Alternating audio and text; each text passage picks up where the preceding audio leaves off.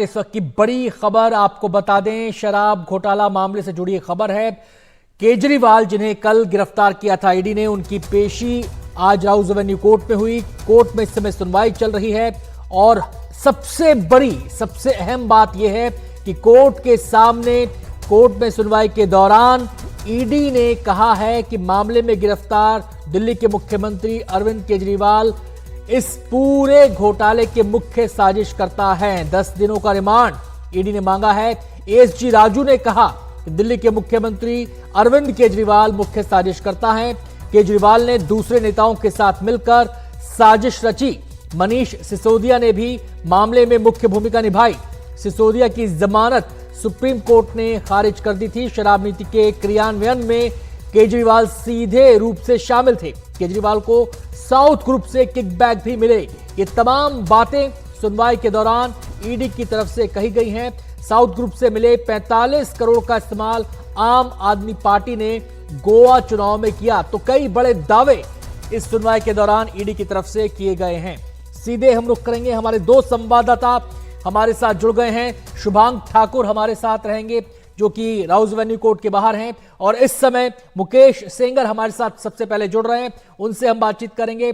मुकेश, सबसे बड़ी बात, 3 बड़ी बातें जो बोली हैं सुनवाई के दौरान, मुख्य साजिशकर्ता हैं, क्रियान्वयन में अहम भूमिका है और साउथ लॉबी से किकबैक मिला, इस आधार पर रिमांड मांगा गया है। वो कौन से ऐसे तथ्य हैं जो जांच के दौरान ईडी के सामने आए जिनके आधार पर ये बातें कोर्ट पे कही गई हैं? देखिए, जो कोर्ट में सबसे बड़ी बात कही गई है वो ये कही गई है कि दिल्ली के मुख्यमंत्री अरविंद केजरीवाल शराब घोटाले के मास्टरमाइंड हैं और मुख्य कर्ताधर्ता हैं। यानी कि जो मेन कॉन्स्पिरेटर हैं वो अरविंद केजरीवाल हैं। ये सबसे अहम और सबसे बड़ी बात कही गई है ईडी की ओर से राउज एवेन्यू कोर्ट में। इसके बाद जैसा मैंने पहले कहा था कि जो 16 लोग अब तक अरेस्ट हुए हैं जिनमें दिल्ली के मुख्यमंत्री अरविंद केजरीवाल शामिल हैं, उन 16 लोगों में 3 लोग गवाह बन चुके हैं। इनमें नंबर 1 है दिनेश अरोड़ा, जो कि कई रेस्टोरेंट चेन का मालिक है और वो एक बिचौलिया है। दूसरा आदमी है पी शरद रेड्डी, जो कि साउथ का लिकर लॉबी ग्रुप था उससे जुड़ा हुआ था। और तीसरा है राघव मगुंता, जिनके पिता जो है उनका नाम MSR है और वो सांसद रहे हैं। तो ये जो 3 लोग हैं, इन्होंने जो गवाही दी है इस पूरे मामले में, ये गवाही काफ़ी अहम है और उन्हीं की गवाही के बेसिस पर ईडी लगातार जो फैक्ट्स हैं वो अपने रिमांड नोट में वो सारे फैक्ट्स ईडी लेकर आई है और वो सारी जानकारियां ईडी दे रही कि किस तरह से साउथ की लिकर लॉबी ने आम आदमी पार्टी को पैसा दिया और ये पैसा क्यों दिया गया। ये पैसा इसलिए दिया गया कि साउथ की जो लिकर लॉबी है उसके कहने पर, उसके हिसाब से जो शराब की पॉलिसी वो बनी और पॉलिसी ऐसी बनी कि जो थोक के शराब कारोबारी थे उनका जो कमीशन था वो 5% से बढ़ाकर 12% कर दिया गया। और इसके बदले जो साउथ की लिकर लॉबी है जिसकी सरगना के कविता हैं, उन्होंने आम आदमी पार्टी को एक साथ 100 करोड़ रुपए दिए और उसके बाद लगातार कमीशन के तौर पर जो 6% कमीशन बच रहा था वो लगातार आम आदमी पार्टी के पास आता रहा। ईडी ने कोर्ट में ये भी कहा कि जो ये पैसा आया उसमें से 45 करोड़ रुपए गोवा के चुनाव में इस्तेमाल किए गए और इन पैसे को पहुंचाने वाला था आम आदमी पार्टी का ही एक शख्स जो कि दिल्ली में आम आदमी पार्टी का पीआर का काम दिख रहा था। उसके जरिए पैसा पहुंचाया गया और ये पैसा गोवा के चुनाव में इस्तेमाल किया गया। इसके साथ में पंजाब के चुनाव में भी इसी पैसे का इस्तेमाल हुआ, इसमें से कुछ हिस्सा उसमें भी इस्तेमाल हुआ। तो ये सारी बातें लगातार जो ईडी है वो कोर्ट में रख रही है और इसमें जो सबसे बड़े नाम आ रहे हैं वो साउथ की लिकर लॉबी के लोग हैं जो कि इस पूरी शराब पॉलिसी में उनकी भूमिका एक्टिव थी, इस पॉलिसी को बनवाने में और इसको लागू करवाने में। इसमें ये एक बात और खास थी कि जो विजय नायर का नाम इस सुनवाई के दौरान लिया गया है।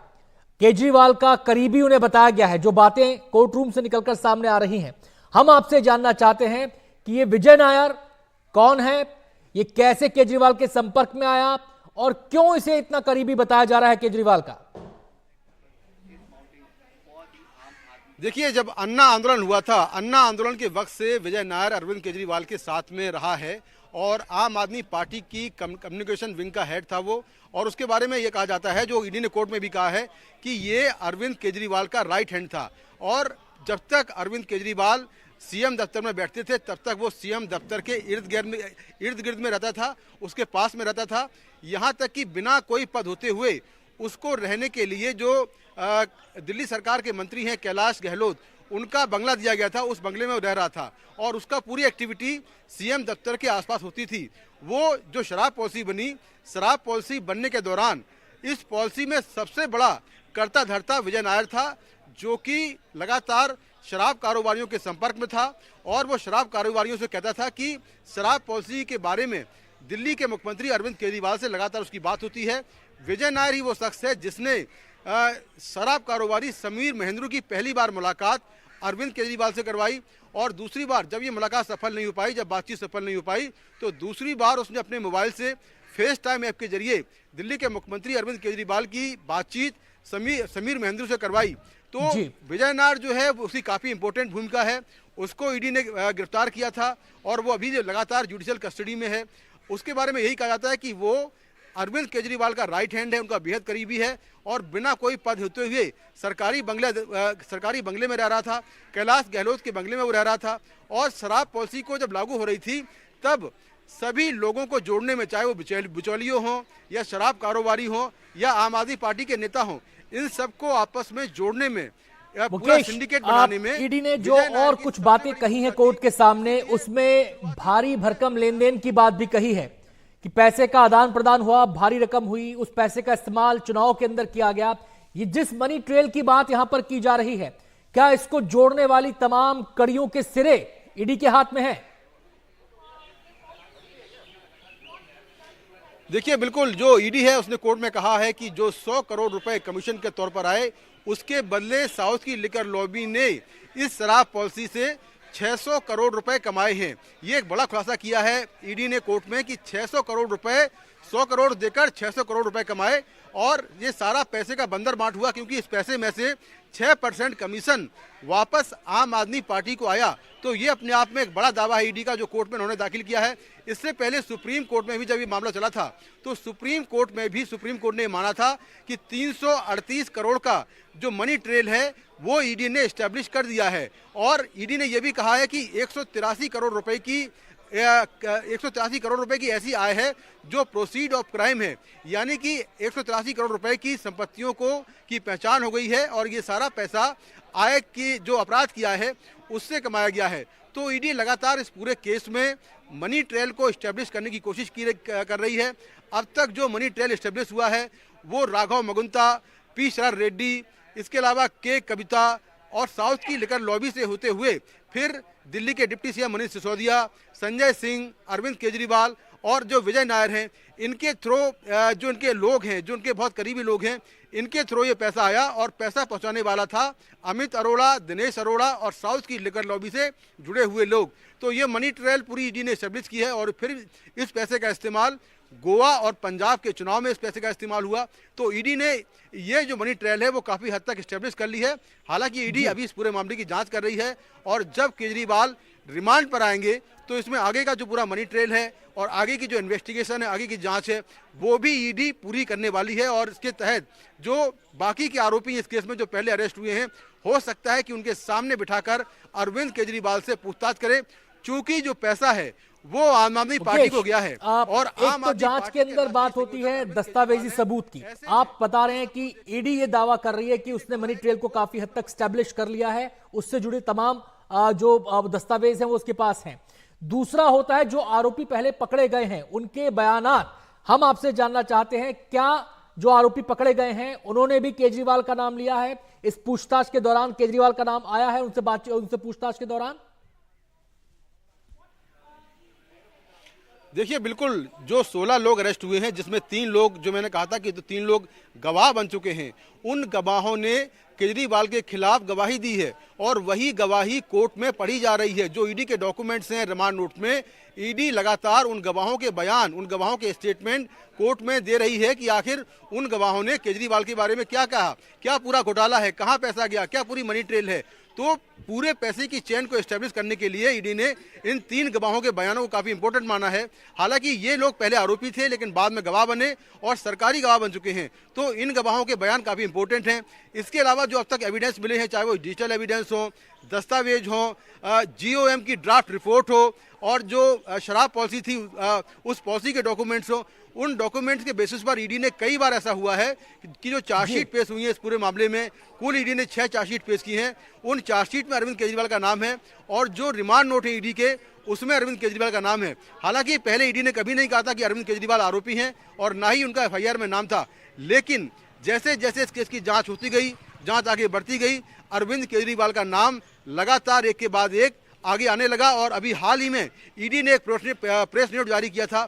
उस प्रेस नोट में ये साफ लिख दिया कि अरविंद केजरीवाल इस मामले में साजिश करता है और आम आदमी पार्टी के लोग, जिसमें अरविंद केजरीवाल शामिल थे, दिल्ली के पूर्व डिप्टी CM मनीष सिसोदिया थे, संजय सिंह थे, इन्होंने आपके पास राउज एवेन्यू कोर्ट का मैं रुख करूंगा, जहां पर मौजूद हैं हमारे संवाददाता शुभांग ठाकुर। शुभांग, बड़ी बड़ी बातें कोर्ट रूम से निकलकर सामने आ रही हैं।